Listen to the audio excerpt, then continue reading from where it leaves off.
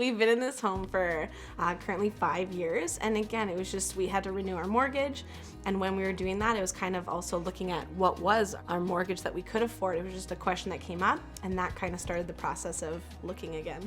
It'll be pretty difficult to leave it behind. It's our first home together. Yeah. Obviously, there's memories here.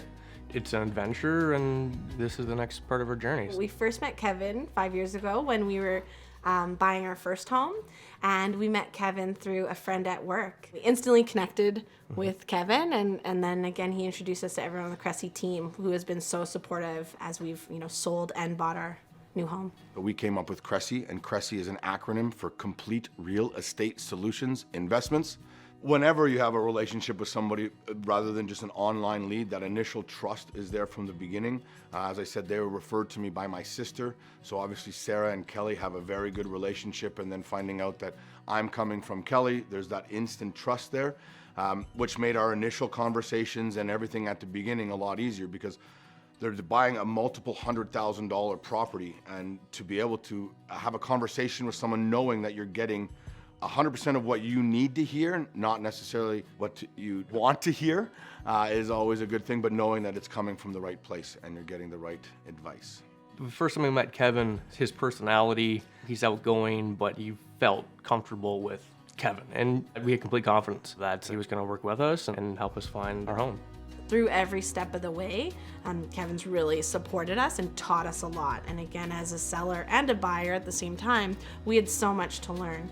So having an agent that can do that for you is so important. Something I wish potential homeowners would know is that everything you're going through, everybody else goes through in one way or another.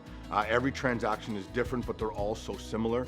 One thing that we encourage everybody to do is we talk about the entire process and get all of our ducks in a row, so that as we're doing it, things are going to make sense as we go. You now understand where to start, how you're going to finish, and everything in between, which removes all the fear of the unknown and takes away every bit of overwhelming feeling that you're going through right now.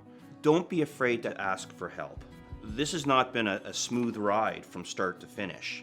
I had told Kevin a couple of times now how happy we were to have him to be able to support Sarah, but to have him there as well, that put a new pillar into the foundation to hold things up. When we were selling our home and choosing to sell, we knew that, we'd been living here. It had a lot of our own personality in it, as well as it looked like us. So we knew that, talking to Kevin and the Cressy team, we had to really depersonalize our home. And so that took a few steps and a lot of choices. All homes, when they get prepped ready to sell, go through a similar situation, right? It's depersonalizing, decluttering, and obviously making sure that the home no longer looks like it's yours. The new buyers coming in want to see themselves living in your home, not looking at the pictures of your lovely family on the wall saying, oh, they have such a beautiful house, they must love it here. And so those are what we start with. For this specific house, they painted the entire house in a neutral color, top to bottom, with all the trim. They touched up the entire basement, cleaning it all up, because the way you live and the way you sell are completely different ways. They really were the perfect sellers to do it and listen to all the instruction to get them top dollar, and I definitely think in this situation we did so.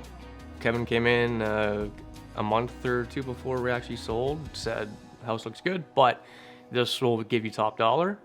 And we did it, and he was bang on. The current market state right now is a seller's market, and it seems to be the best way to promote a home right now is to list it a little bit under market value, so that we can get the maximum amount of eyeballs either online and in person to the property, to then entice the most amount of offers. So we listed this property at $600,000, which when we discussed, we figured it was $50,000 to $60,000 below what we expected to receive. And on offer day, I can say that we had 5 offers over 700, which blew us all away at that time. And it just happened to be as things were going. But again, they made the house look so good that many people were attracted. We had over 15 offers, and a third of them were $100,000 over what we were asking. When you're looking for your dream home, you don't know what exactly you're looking for, because you picture it in your head. But to actually see it, and then if you need to renovate it, picture that as your future dream home, not just how the house is right now, but how it could be. And we kept saying, because the house is in rough shape, but we always say it has good bones. Location, semi-detached, have our own driveway, big backyard. Yeah. It was all, we can make the house what we want. We can't take that house and find it somewhere else. That's location was key for us. We knew that, and we were able to get it. Well, you must have liked what you were watching. You made it all the way to the end. Thank you for your time. If you want to follow along with us some more, always subscribe to our channel, as we're always putting out content like this for you to enjoy. Thanks for learning. Bye for now.